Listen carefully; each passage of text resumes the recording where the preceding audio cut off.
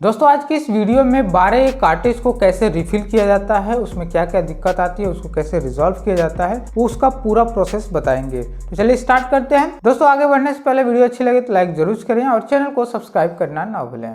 दोस्तों 12 कार्टेज 3 तरह के आते हैं। जैसे कि पहले से जो चला आ रहा है वो इस तरह से है कि यहाँ पे 2 स्क्रू लगे होते हैं, इसको ओपन करके और बाकी इसको खोल के रिफिल किया जाता है। दूसरा आता है, ये जो कार्टेज है इस समय आना स्टार्ट हुआ है कि ये एक साइड का जो है जो कि इसमें खोलने के लिए दिया हुआ है और इस कार्टेज में खोलने के लिए नहीं दिया है, तो इस कार्टेज को खोलने का दूसरा तरीका होता है। एक और आता है जिसमें कार्टेज को खोलने की ज़रूरत ही नहीं है, बाहरी यहीं पे एक ढक्कन दिया होता है, उस ढक्कन को बस खोलेंगे, उसमें बस इंक उड़ेल देंगे और उसके बाद फिर वही ढक्कन पैक कर देंगे, उसके बाद उसे यूज करते रहेंगे। तो वो बहुत आसान होता है, लेकिन एक बार या 2 बार ही रिफिलिंग किया जा सकता है, उसके बाद इसका डस्ट पैड भर जाता है, तो उसके लिए इस कार्टेज को पूरा खोल के उसको भी साफ करना पड़ता है। तो चलिए स्टार्ट करते हैं और बारी बारी इन दोनों कार्टेज को कैसे रिफिल किया जाता है उसके बारे में हम बताते हैं। कार्टेज रिफिल करने के लिए हमारे पास कुछ टूल्स होने चाहिए, जैसे कि एक स्क्रू ड्राइवर, एक प्लास, उसके बाद एक चिमटी और एक इस तरह का नुकीला टूल चाहिए। और उसके बाद इस कार्टेज में भरने के लिए किसी भी कंपनी का आप 120 ग्राम का या 140 ग्राम का पाउडर आप खरीद सकते हैं या टोनर खरीद सकते हैं, जो कि 12 कार्टेज में रिफिल किया जा सके। दोस्तों आप देख सकते हैं कि ये जो कार्टेज है प्रोडक्ट कंपनी का 12 कार्टेज है और इस कार्टेज को जिस तरह से रिफिल किया जाता है सेम उसी तरह एचपी का जो ओरिजिनल कार्टेज होता है सेम टू सेम ऐसा ही रिफिल किया जाता है। चलिए इसे ओपन करते हैं। ओपन करने के लिए यहाँ पे 2 स्क्रू होता है, एक स्क्रू पहले से ही कस्टमर का ओपन है, तो इस स्क्रू को और यहाँ पे जो भी स्क्रू रहेगा उन दोनों स्क्रू को ओपन करेंगे। ओपन करने के बाद ये जो है इस तरह से इसे निकाल लेंगे। निकालने के बाद अब क्या करेंगे कि ये जो ड्रम है इस ड्रम को निकालेंगे। तो ड्रम को निकालने के लिए यहाँ से इस तरह से इसे फैलाकर ऊपर धक्का देंगे, ये ऊपर आ जाएगा और इसे हल्का से प्रेस करेंगे तो बाहर निकल आएगा। उसके बाद यहाँ पे एक पीसीआर लगा होता है, ब्लैक कलर का होता है ये जो हिस्सा है इसे पीसीआर बोलते हैं, इसे भी निकाल लेंगे। उसके बाद अब देखेंगे कि यहाँ पे ये देख सकते हैं कि एक यहाँ पे पिन दिया हुआ है, इस पिन को निकालना पड़ेगा और निकालने के लिए अंदर से प्रेस करना पड़ता है। और दूसरी साइड भी एक यहाँ पे पिन दिया हुआ है, इसे भी अंदर से प्रेस करके बाहर निकालना पड़ेगा। ये देख सकते हैं कि यहाँ पे एक ब्लेड लगा हुआ है, ब्लेड के नीचे स्क्रू को निकालने के लिए प्रेस करना पड़ेगा यहाँ पे। तो इस स्क्रू पे रख के और हल्का सा नीचे से दबाएंगे, देख सकते हैं कि ये जो स्क्रू बाहर निकल गया है। और इसी तरह से दूसरे साइड का भी स्क्रू को निकालेंगे। यहाँ पे देख सकते हैं यहाँ पे दिया हुआ है और इसको भी यहाँ से इस नुकीले चीज़ से पकड़कर इस पर प्रेस करेंगे तो ये भी यहाँ पे निकल जाएगा। यहाँ पे देख सकते हैं निकल गया। यदि इससे निकल जाता है तो ठीक है, हाथ से निकल जाता है क्योंकि ये कई बार इसे रिफिल किया गया इसलिए ढीला है। अगर नया कार्टेज को अगर इस तरह से निकालते हैं तो ये बहुत टाइट होता है, तो टाइट होने की वजह से इसकी मदद लेकर उसे खींचा जा सकता है। उसके बाद ये आराम से दोनों बाहर हो जाएगा, 2 हिस्सों में हो जाएगा। 2 हिस्सों में होने के बाद अब इसमें इंक कैसे रिफिल किया जाएगा, तो आप देख सकते हैं कि ये 2 हिस्सा है, एक ये हिस्सा इधर भी स्क्रू दिया हुआ है और इधर भी स्क्रू दिया हुआ है। तो ये ध्यान रहे कि जिस साइड इस तरह का गियर दिया हो उस साइड नहीं ओपन करना है और जिधर गियर नहीं है उस साइड के स्क्रू को ओपन करना है। तो यहाँ पे इधर इस साइड गियर नहीं है तो ये इस वाले स्क्रू को ओपन करेंगे। ओपन करने के बाद ये जो मैग्नेट है इस मैग्नेट पे एक बार हाथ रख लेंगे, क्योंकि इसको खींचना होगा तो मैग्नेट भी बाहर निकल सकता है। तो यहाँ से ऐसे बाहर खींचेंगे तो बाहर ये निकल जाएगा। अब देखिए ये जो ढक्कन है इस ढक्कन को ओपन करना है, इसी के अंदर हमें इंक फिलअप करना है या टोनर फिल करना है। तो यहाँ पे हमने इसे ओपन कर लिया है। उसके बाद इसमें जो भी पाउडर रहेगा उस पाउडर को यहाँ पे खाली कर लेंगे इस तरह से, और पूरा पाउडर खाली करने के बाद फिर इसमें दोबारा पाउडर डालेंगे। अब इसको पूरा खाली करने के बाद ये जो इंक टोनर है इस टोनर को अब इसमें फिल करेंगे इस तरह से, और फिल करने के बाद ये पूरा बॉटल खाली हो जाएगा, ये पूरा फिल हो जाएगा। फिल होने के बाद इस ढक्कन को बंद करेंगे। बंद करने के बाद ठीक जैसे खोले हैं उसी तरह से इसे पैक करेंगे। यहाँ पे करने के बाद इसके स्क्रू को यहाँ पे टाइट कर देंगे।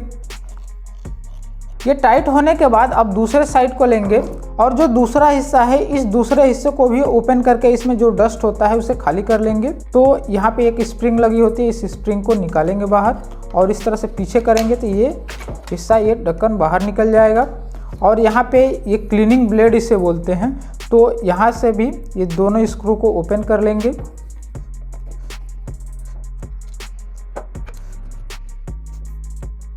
दोनों स्क्रू को ओपन करने के बाद इसे ऊपर की तरफ उठाएंगे, इस तरह से उठ जाएगा और जो भी इसमें डस्ट होता है यानी जो भी इसमें पाउडर इंक जो भी होगा उसे हम खाली कर लेंगे अच्छे तरीके से।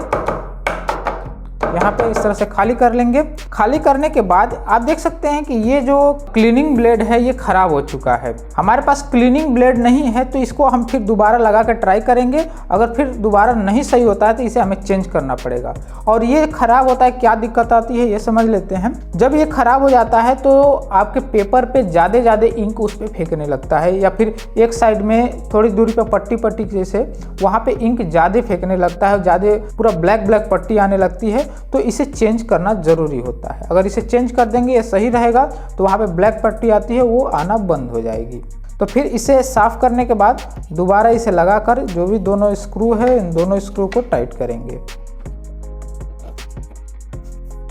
उसके बाद इस ढक्कन को पीछे की तरफ से इसे अंदर ले जाएंगे और यहाँ पे इसका खांचा दिया हुआ है, इस खांचे में हम बैठा देंगे इन दोनों को। बैठाने के बाद अब क्या करेंगे कि यहाँ पे जो स्प्रिंग लगी हुई है ये स्प्रिंग, इस स्प्रिंग को यहाँ पे फंसा कर इसे टाइट लगा देंगे। यहाँ पे देख सकते हैं इस तरह से स्प्रिंग लगाकर, इस स्प्रिंग को लगाकर यहाँ पे मोड़कर इसमें फंसा देंगे इस तरह से, जिससे कि इस तरह से बार बार ओपन हो सके। तो ये हो जाने के बाद अब क्या करेंगे, इस कार्टेज को फिर से ज्वाइंट करेंगे। एक चीज़ और ध्यान रखेंगे, ये जो मैग्नेट लगा हुआ है तो मैग्नेट को जब इस तरह से घुमाएंगे तो आप देख सकते हैं कि ये इंक उठा रहा है, ठीक है। इसे अगर इंक कैसे उठा रहा है यहाँ पे आपको नहीं समझ में आ रहा तो यहाँ पे एक हाथ लगा लेंगे और यहाँ से इस तरह से घुमाएंगे तो आप देख सकते हैं कि ये इंक उठा रहा है। अगर ये इंक नहीं उठाता है तो आपके पेपर पे कोई भी प्रिंटिंग नहीं होगी, तो इसके लिए इसे भी चेंज करना पड़ सकता है। तो इस तरह से घुमा के चेक कर लेंगे। उसके बाद अब क्या करेंगे कि इन दोनों को इस तरह से फिर दोबारा लगाएंगे। लगाने के बाद ये पेच निकाले हैं, इन दोनों पेच को दोनों तरफ से यहाँ पे इस तरह से लगा देंगे तो अंदर चला जाएगा। दूसरे साइड भी वही काम करेंगे। ये हल्के हाथों से अगर नहीं जाता है तो इस तरह से थोड़ा सा हम इसे ठोक देंगे जिससे अंदर चला जाएगा। अब उसके बाद ये जो पीसीआर है इस पीसीआर को भी यहाँ पे लगा देंगे और लगाने के बाद ये जो ड्रम है दोस्तों, और कार्टेज में ज़्यादातर ड्रम का ही इशू आता है। ड्रम में का इशू यानी कि ड्रम अगर ख़राब होता है तो दिक्कत ये आती है कि आपके जो पेपर पे जो भी डेटा अगर प्रिंट करते हैं तो वो बहुत ही हल्का प्रिंट आता है या फिर बिल्कुल प्रिंट ही नहीं आता है। तो अगर प्रिंटिंग नहीं सही से आती है तो ड्रम को पहले चेंज करेंगे। पहला कार्टेज का यही रूल है कि कार्टेज रिफिल करने के बावजूद भी अगर पेपर पे प्रिंट नहीं आ रहा है तो ड्रम चेंज करेंगे, या फिर हल्का प्रिंट आ रहा है तभी भी हम ड्रम को ही चेंज करेंगे। और ड्रम को चेंज करने के बाद अगर उसके बाद भी कुछ आता है तो उसके बाद क्या करेंगे कि हमें ये मैग्नेट को चेंज करने की ज़रूरत पड़ेगी, ठीक है। तो उसके बाद इसे जैसे निकाले हैं वैसे ही यहाँ पे लगा देंगे। लगाने के बाद ये जो ढक्कन है फिर इसी तरह से यहाँ पे पैक करके और इसका जो स्क्रू है स्क्रू को हम टाइट कर देंगे।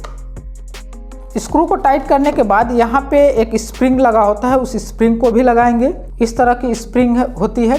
तो इस स्प्रिंग को क्या करेंगे कि यहाँ पे जो नोजल दिया हुआ है यहाँ पे इस तरह से फंसाएंगे और दूसरे हिस्से को यहाँ पे खींचकर इस वाले हिस्से में फंसा देंगे। इस तरह से लेकर इस तरह से हम फंसा देंगे। फंसाने के बाद ये कार्टेज पूरी तरह से रिफिल हो चुका है। अब अपने प्रिंटर में लगाकर चेक कर सकते हैं। अब चलिए दूसरे कार्टेज की तरफ चलते हैं कि उस कार्टेज को कैसे रिफिल किया जाता है। दोस्तों ये कार्टेज को अभी देख सकते हैं कि ये कार्टेज भी 12A कार्टेज है, लेकिन इसका रिफिल करने का तरीका कुछ अलग है। जैसे कि पिछले वाले कार्टेज में यहाँ पे स्क्रू था, इसको निकाला जाता था, लेकिन ये जो कार्टेज है ये दूसरे हिस्से में पहले से ही इनबिल्ट है, इसे निकाला नहीं जा सकता है। तो इस ड्रम को निकालने का तरीका ये है कि दूसरे साइड जाएंगे और दूसरे साइड जो ये वाला हिस्सा है इस वाले हिस्से को किसी पेचकस के थ्रू या किसी नुकीले हिस्से के थ्रू यहाँ से करके इस तरह से इसे बाहर निकालेंगे। इस तरह से ये बाहर निकल आएगा। बाहर निकालने के बाद ये ड्रम इस तरह से बाहर आ जाएगा और यहाँ से इस तरह से खींच लेंगे। ये खींच लेंगे तो ये बाहर आ जाएगा। अब बाहर आने के बाद सेम वही रूल है जो उस कार्टेज में रिफिल करने का था, यानी कि इसमें भी इस तरह से इस PCR को निकालेंगे और उसी तरह से यहाँ पे जो ये दिया हुआ है इसको भी हम दोनों तरफ से निकाल लेंगे और इस साइड का भी हम निकाल लेंगे। ये दोनों निकल जाने के बाद ये दोनों अलग हो जाएगा। सेम टू सेम वही प्रोसेस है। इस साइड का ये जो यहाँ पे देख सकते हैं कि ये जो गियर है, इस गियर के साइड नहीं खोलना है, हमें उसके दूसरे अपोजिट साइड खोलना है।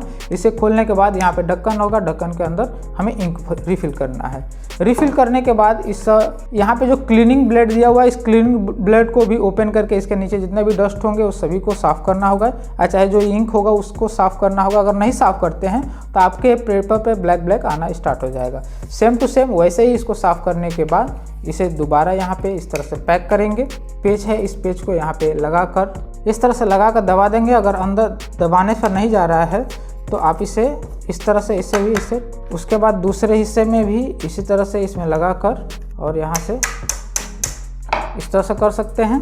करने के बाद वैसे ही सेम PCR यहाँ पे लगाएंगे और ये वाला हिस्सा इधर लगाकर और ये जो पेच हमने निकाला है इस पेच को यहाँ पे लगा देंगे। ठीक है, लगाने के बाद इसमें भी जो इसका यहाँ पे स्प्रिंग हमने निकाला है, इस स्प्रिंग को भी यहाँ पे इस तरह से लगाकर, तो दोस्तों इस तरह से इन दोनों कार्टेज को रिफिल कर सकते हैं। और जो तीसरा कार्टेज आता है उस कार्टेज में कुछ करना नहीं होता है। यहाँ पे बाहर ही एक ढक्कन दिया होता है, जैसे कि हमने अभी ढक्कन खोल के उसमें इंक भरा है तो वो ढक्कन ही बाहर कर दिया है। तो यहाँ पे बस ढक्कन ओपन करना है, उसमें बस इंक उड़ेल देना है, उड़ेल देने के बाद इसे पैक कर देना है।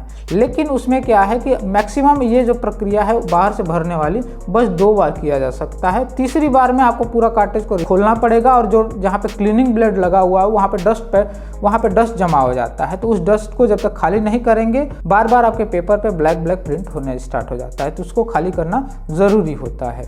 तो इस तरह से 12 एक कार्टेज के जो तीनों मॉडल आते हैं, तीनों मॉडल को आप आसानी से रिफिल कर सकते हैं। और दोस्तों ये सारा जो भी प्रोसेस हमने बताया है, ड्रम को चेंज करने के बाद, PCR चेंज करने के बाद, मैग्नेट या क्लीनिंग ब्लेड चेंज करने के बाद भी अगर सही नहीं होता है तो लास्ट ऑप्शन होता है यहीं कि कार्टेज को आप चेंज कर लीजिए। वैसे तो ये सारी चीज़ें चेंज करेंगे तो 200-300 रुपये मैक्सिमम या 350 रुपये खर्चा हो जाता है। तो इससे बढ़िया है कि 500-600 रुपये में जो दूसरे कंपनी का कार्टेज आता है, जैसे जो अभी हमने दिखाया है प्रोडाट या जेबियन या जेब्रॉनिक्स, ये 500 के रेंज में ये कार्टेज आ जाते हैं। इन कार्टेजों का लिंक डिस्क्रिप्शन में दे देंगे, वहां से जाकर भी आप परचेज कर सकते हैं। तो दोस्तों वीडियो अच्छी लगे तो लाइक जरूर करें और चैनल को सब्सक्राइब करना ना भूलें। धन्यवाद।